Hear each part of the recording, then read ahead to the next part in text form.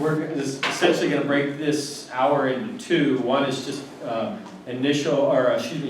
general updates on what we've been doing with Seattle Pathways, both here at North, and then a little bit of a indication of what we've been doing across the district. And then the second part is going to be hearing from the team that went to Spokane on each sharing some nuggets of things that they learned. Before we jump into the meeting, however, we want to do the land acknowledgement for the college. And we're trying something new. We actually started this at the guiding team meeting, and that is I'm going to ask one of you to read the land acknowledgement. Oh, you were taking volunteers. I thought you were literally going to ask one. I'm going to ask that one of you volunteer. There we go. On behalf of North Seattle College, we acknowledge that we occupy the traditional ancestral lands of the Coast Salish peoples, specifically the Duwamish tribe, a people that are still here, continuing to honor and bring to light their ancient heritage. Without them, we would not have access to this gathering, dialogue, and learning space. We ask that we take this opportunity to thank the original caretakers of this land who are still here. Thank you, Jim. Okay, as I mentioned, an agenda. I'm going to hand it over to Amy, who was trying to grab the microphone. It's fine. So, yes, we're going to give you just a quick background and updates of what's going on so far in Seattle Pathways work, and then we're going to turn it over to our lovely panel, and then we should have plenty of time for question and answers from all of you. So, just to tell you how Title III fits into all of this. We got a Title III grant back in October, and so it's a 5-year grant, and it's from the Department of Education, so it's a federal grant, and it has 4 activities. So I wanted to share how Seattle Pathways works fits inside Title III. So the first activity that's required is implementing a guided pathways model. So that's one of the big things we're focusing on with this grant, especially in the first few years. We also have improving student success in a gateway math transfer course. So there is going to be a supplemental instruction with pre-calculus in another 2 years. And then increase student access to key campus services and resources. And so that's where things like funding the brand new Equity Welcome Center are coming from. And then increase faculty and staff involvement in data-driven strategic enrollment management. So those are the 4 big activities of Title III. And so today we're focusing mainly on Seattle Pathways. How about? Oh, there you go. So as I take the mic, and before I talk about this slide, a quick mention that Amy has moved. She was in the Equity and Welcome Center. She is now on the 2nd floor of instructional building. IB2418C. IB2418C. So it's on the east side, about halfway. Okay, so a reminder of the Pathways pillars. There are 4 pillars as set by CCRC and AACC, 2 nationwide groups. Clarify path to student end goals, help students get on a path, keep students on the path, and then ensure students are learning. And as Amy mentioned, with this in the Title III, we're really focusing in on number 1 here. I'll talk a little bit about the meta majors or areas of study and program maps. So from work with each of the 3 colleges, North, South, Central, and then collaborative work with all 3 and the district involved, we now have Seattle Pathways areas of study, Seattle Colleges areas of study. It's important to point out and remind that these are district-wide, so they don't all fit every college, but they do fit at least one of the colleges. So STEM, business and accounting, skilled trades and technical training, social services, humanities and languages, healthcare and medical, education and human services, culinary, hospitality and wine, and art, design, and graphics. So building off of this work, which really was completed last year, we are now looking to, you can go ahead and flip to the next one. We are now looking to, oh, I'm sorry, go back. I thought there was another slide. We're now looking to fit our instructional programs into these areas of study. So at the last guiding team, well, last year, over the course of the year with a lot of focus groups and several committees working on it. This year with work from the guiding team and then a couple of other committees, we are honing in on a spreadsheet which shows all of our instructional programs and how those programs plug into areas of study. Additionally, we're identifying for some of those programs secondary areas of study where it's a program that students may look for under an area of study that we don't have it primarily listed under. So as an example, economics is one that we're puzzling through. There's kind of 3 entryways that students may look for an economics program. STEM, business and accounting, and social sciences, humanities, and languages. So in that case, we'll have a primary home for economics, and then in the other 2 areas of study, economics will be referenced and linked to its primary area of study. Okay. Drilling down then, once we get all of those programs settled in their areas of study, we will have program maps for each of the programs. And program here is slightly different in the various divisions. In some cases, we're talking about degrees and certificates, and in some areas, we're talking about disciplines. We're starting this spring with 3 pilot programs: art, engineering, and business. We have programs in each of the 3 biggest divisions in instruction. Kelvin Martinson is taking the lead on art. Jay Sook is taking the lead in engineering, and then Bill Holt is taking the lead in business. So thank you, Bill and Jay and Kelvin.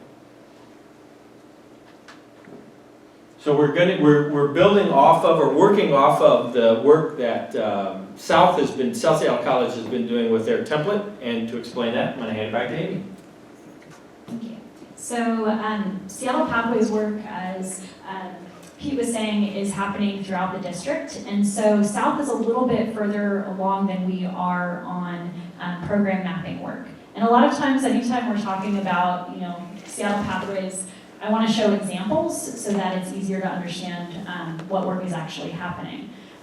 So what we want to do is take South's template and northify it. So I'm coining that term, northify. And so we're going to be making sure that we're getting focus groups together to take a look at this map and see what it looks like, and make sure we're making changes that make sense for us. So essentially, every program map is going to replace the program planning guides that we have now. And so all of them are going to feature things like program descriptions, and then a quarter-by-quarter guide for students to know exactly which courses to take. And then in addition, what's new about that is being able to have a to-do list. So while students are taking those classes, do they need to be visiting their advisor? Do they need to be going to a transfer fair? What other things do they need to be doing outside the classroom to be successful? And so this work is not just saying, oh, let's map out some courses. It's also going to force departments and advising to work together in ways that maybe they haven't as much before. So it's not just, let me put these courses on here, it's let me talk to these departments and see what makes sense for this degree, because what we want to think about is the end in mind. So where do we want our students to end up? What types of jobs? Where do they want to transfer to? And then basing that on our program maps. So we're doing program mapping, but I also wanted to share the work that's happening right now with Seattle Pathways and Title III. So we do have a guiding team membership that's solidified. So the guiding team is really guiding Seattle Pathways work, and it's the oversight committee for Title III. And I counted today, and we have 40 members, which is wonderful. It's all of the executive team, plus faculty from all of the different divisions, students as student success services leads, and people from basically all over campus. Including students. Including students, yes. So it has wide representation because this work is with everybody. It's not just, leadership is making these decisions. We are all working together in order to simplify the experience for students and to make sure we're knocking down those barriers. Other things that have been happening, assigning instructional programs to areas of study, that's what Pete was mentioning earlier with those areas of study. Assistant Director of Advising, Leanna, is now hired, so if you haven't met her, it's wonderful that she is because she is serving as the advising lead on program mapping and she's supporting the advising department in a way that it hasn't been before because it's our first time having an Assistant Director of Advising. Advising is using an assigned advisor model now, so that way advisors are assigned to particular pathways, which is great because we know that students are going to do better if they have a particular person that they're able to work with consistently and get to know and get that same advice from that person.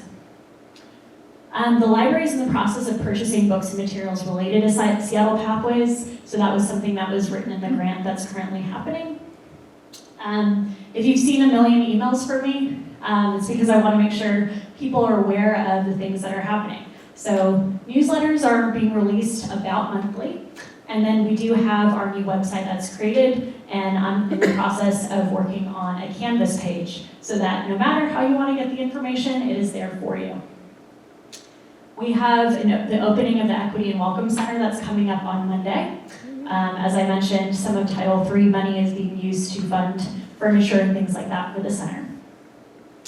And then one of the things that was new for this quarter is we had a 100-day project application. So, and this is going to go out for the summer very soon as well. So basically different faculty members are able to apply for funding for guided pathways projects.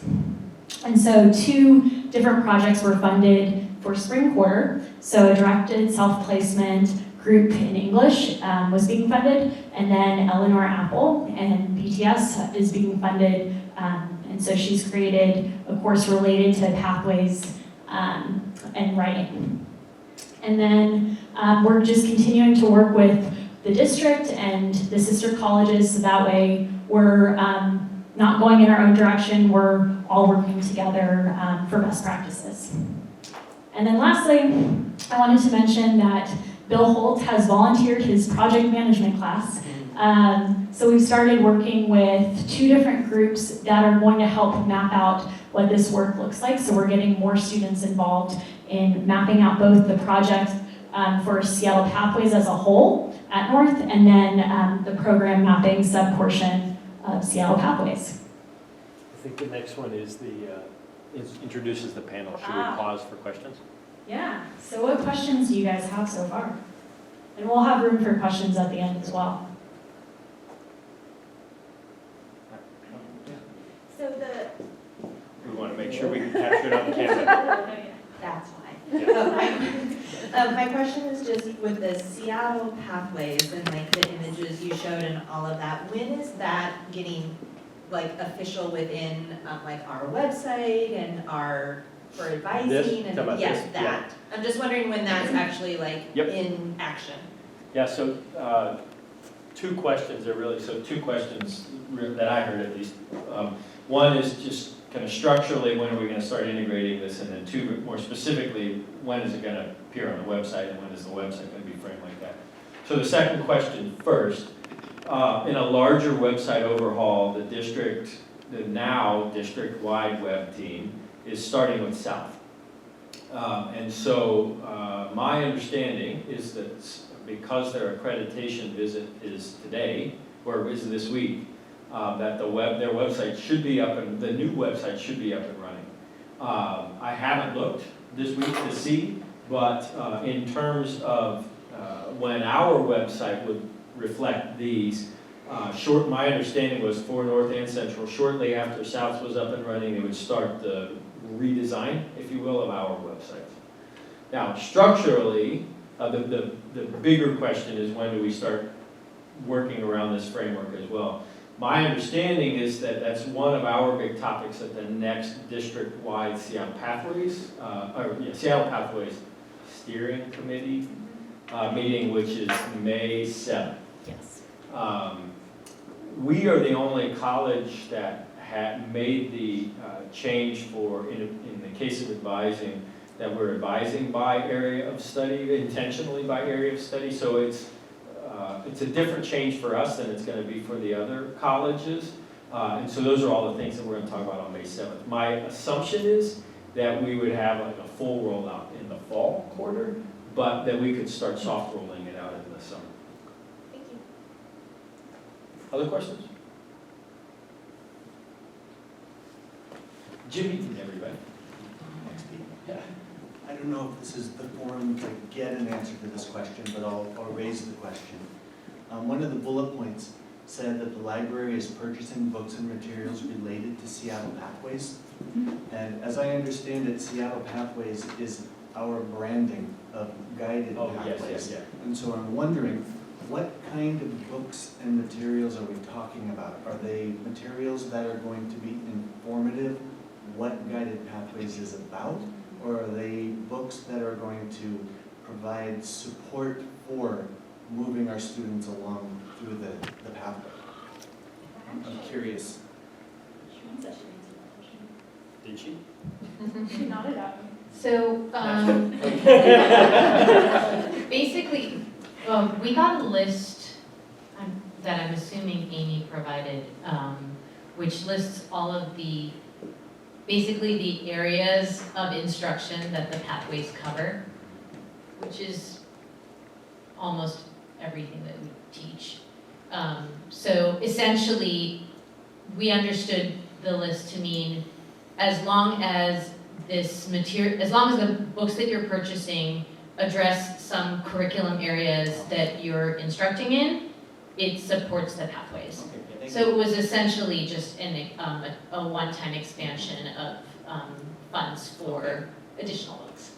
Thank you. Not specifically related to, but we do have a pathway around childhood education and education, so there will be some of those.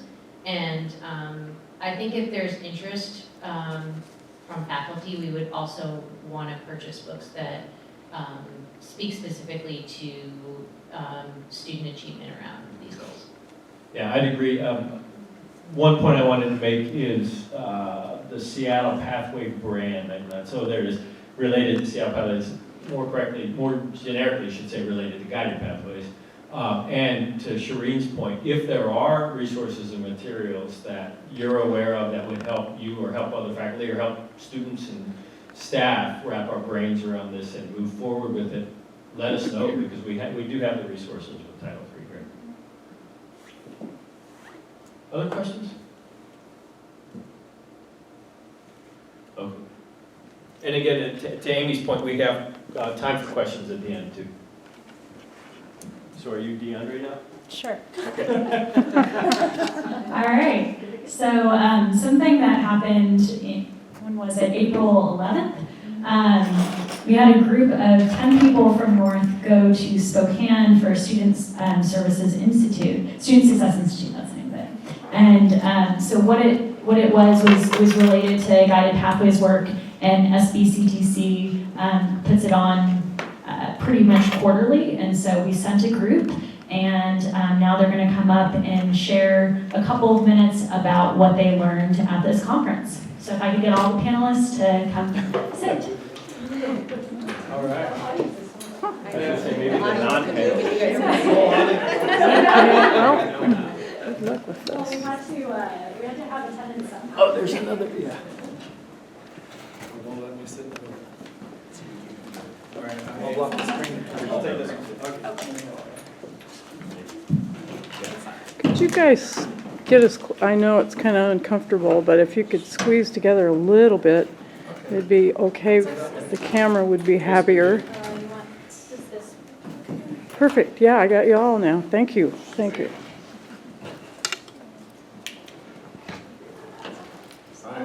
So I guess I can start. My name's Leanna Bordner, I'm the Assistant Director of Advising. And so I wrote some notes about my takeaways because it feels like it's been a while since we were there. Just generally speaking, one of the biggest takeaways that I had is kind of thinking about Seattle Pathways as a cultural shift on the campus and kind of really thinking about how it's not just changing how we talk about a program or changing how we talk about advising. It's really something that the campus as a whole has to come together to kind of think of how we approach working with our students and the student experience overall. I appreciated the cross-functionality of this group that went to Spokane. For me being the new person on campus, I love that this was a chance for me to talk and get to know everybody on a different level. We had some time for reflection and processing while we were out there. There was so much data and so many different conversations that were going on that another takeaway for me is that we need more of this reflection time as we're going through some of these changes as a campus. And so I appreciate moments like this where we can come together, talk about what we've experienced, and then kind of move on as one. I went to one particular session on open education resources, and so as a staff member, my point of view, since I'm not faculty, I kind of thought about how our advising conversations might change a little bit as we're talking to students, and open education resources, just as a little bit of background, are kind of free resources that students or that faculty can have in their classroom, as opposed to kind of the more expensive textbooks and stuff like that. And so there's a big push in Washington State to have more of these open education resources available for each of the classes that we offer, eventually having OER listed as listed during class registration, so students can identify which classes will have some of these more accessible resources to them. And so as a staff and as someone from advising, it does make me think about how those conversations will change, how depending on a student's financial situation, they might go towards those OER classes as opposed to ones with paid for resources. I think about the equity piece with that, which classes will adopt these OERs more early on. What kinds of students will that attract? How can we better support faculty that are utilizing OER in their classes? And so yeah, that's kind of briefly what I came away with. But there's so many more thoughts that I have going on, so I can move on. So I have a couple of different takeaways. I guess one thing I would say that I think we all started to notice at the Spokane event and have discussed a little bit further since then is just how the conversation and the process of building our pathways is kind of an opportunity for all of us on campus to better understand roles that we aren't typically in. I think it's sort of a perennial issue in the colleges that someone who's in registration or credentials or teaches English 102 kind of knows their role really well and is the expert on that, but falls apart as soon as they're trying to figure out some other piece of what happens on campus for a student. And at least amongst us, I feel like we're starting to understand slightly better what those other roles are, and in developing pathways that work and making sure all of the different pieces fit, I think we're also realizing that there may be an opportunity to see where the holes are or where the gaps are in services from the student perspective. And so to that end, it feels like Pathways is an opportunity for all of us to be better informed about our institution as a whole, and then design a system that works better for students looking at it from the outside. So that was sort of, that has been one general theme that I've noticed. Just this idea of cross-pollination or cross-pollination between roles and between divisions and possibly even campuses. One other sort of general takeaway I would say is that essentially I don't know that this is really a brilliant takeaway, but just sort of recognizing at this conference that that the Pathways model is essentially it's really a response to finding a way to get students that are having the most trouble succeeding to a higher level of success. That was sort of really at the end of the day, we're just trying to find a way that brings more success to more of our students. And this is somewhat of a side note, but I actually just read an email on college librarians listserv about a book that I'm not gonna remember the name of right now, and I can share it out, but I'm pretty sure it's it's on the radar of many of us, and it has to do with, it's like a recent textbook about, or not textbook, but it's a recent book about community colleges and designing a better community college. And if anyone knows the title I'm talking about. Redesigning community That's it. colleges. Yeah, Dave. so that book originally had a chapter that the author wrote about how libraries fit into the pathways. Oh. That chapter was for some reason removed. Oh. I'm not gonna take it personally, but apparently that chapter is somewhere out there in the ether, and this group of folks on this listserv are trying to get a hold of it. Obviously, when I find that, I'd like to share it, because I think it would speak more to what that piece would look like for us. So we can get a hold of the author. I know the author. Okay, well, there you Yeah. go, then let's avoid the Yeah, yeah, runaround and the Okay. listserv. Make it happen, Pete. Yeah. We can chat more about that, so I will pass on the mic.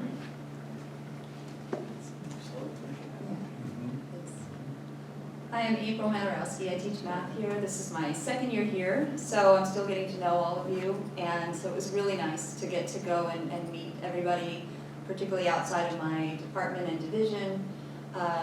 And I guess I'll just start right off with what you see on the screen there. Jim and I both went to a breakout session on affinity groups and caucus groups as they pertain to equity. And I personally wanted to go to this because of my experience anecdotally and looking statistically at the data in our self-analysis in our department just last year even. We all saw numbers that we had felt we feared we would see with regard to people of color in particular. And I won't go into all the details on the numbers, but it wasn't a surprise for me, and it's been a goal of mine for a long time to really try to find some really concrete ways to improve my teaching as it pertains to people who've been marginalized through their whole education. So this particular breakout session wasn't, of course, pertaining just to math, but it was really, really nice to see a more general overview of the latest thoughts on equity, particularly as it pertained to our institution and community. So I'll let Jim take it over for now. Since we went to the same session, we're going to kind of tag team this here. My reason for being interested in this particular session, as an ESL instructor, all of my students are minority or marginalized students. I had a general sense of what affinity groups or caucus groups meant, and I was curious to see what I could learn that I could apply to the classroom. That was my motivation. Did you want to talk about the two groups, or do you want me to? I'd be happy to. Thank you. So we learned, first of all, an affinity group is a group of people who have some commonality, an affinity for something, which made sense to me. So then what's a caucus group? Well, I know caucus from politics, and the way the facilitator put it, is essentially a caucus group is an affinity group on a mission. Affinity group that has a plan, so it's action. One thing that I think is important to think about, something that we took away is, okay, what's the point of an affinity group? What's the point of it? And the idea is that doing work or being able to talk through issues in an affinity group removes the dynamic or the context of being a minority or marginalized part of the larger group. When you're working or talking through issues in an affinity group, everyone in the group is in the majority. And so it creates a safe space to accomplish goals, a safe space to voice concerns. Goals or concerns which may or may not be concerning the affinity group. It could be goals or concerns that affect the organization as a whole, but by dealing with them in an affinity group, you remove a lot of the problems that come from trying to get your voice heard as a minority member of a larger group. Do you wanna And, add anything to that? And with respect to caucus groups, something that I remembered was very interesting, that someone actually in the audience brought up the fact that many caucus groups benefit affinity groups. For instance, there might be a caucus group on a college campus that some people from the related affinity group might not ever attend, but they're still benefiting from that caucus group being on that campus. And it seems that it makes sense, but I had never heard it put in that framework before. And I guess would now be the time to mention the email the next day, or is there anything else? I don't know if we have, so here are some examples that at the workshop, he had people break out into different caucus groups. And we also talked about intersectionality, where, you know, someone might be part of many different affinity groups and they intersect each other. And so, you know, as you were saying, there were many people who could have associated with different groups. He tried to keep it as general as possible so that there was less intersectionality for the purposes of the exercise. But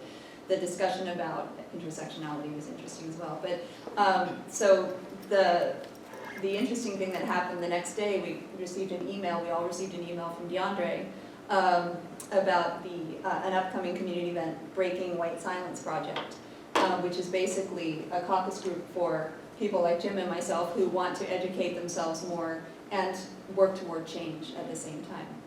So I thought that was kind of interesting that we got that email the next day. And also the next day, there was an email from Jim Jewell, another affinity or caucus group that has started an intergenerational men's group.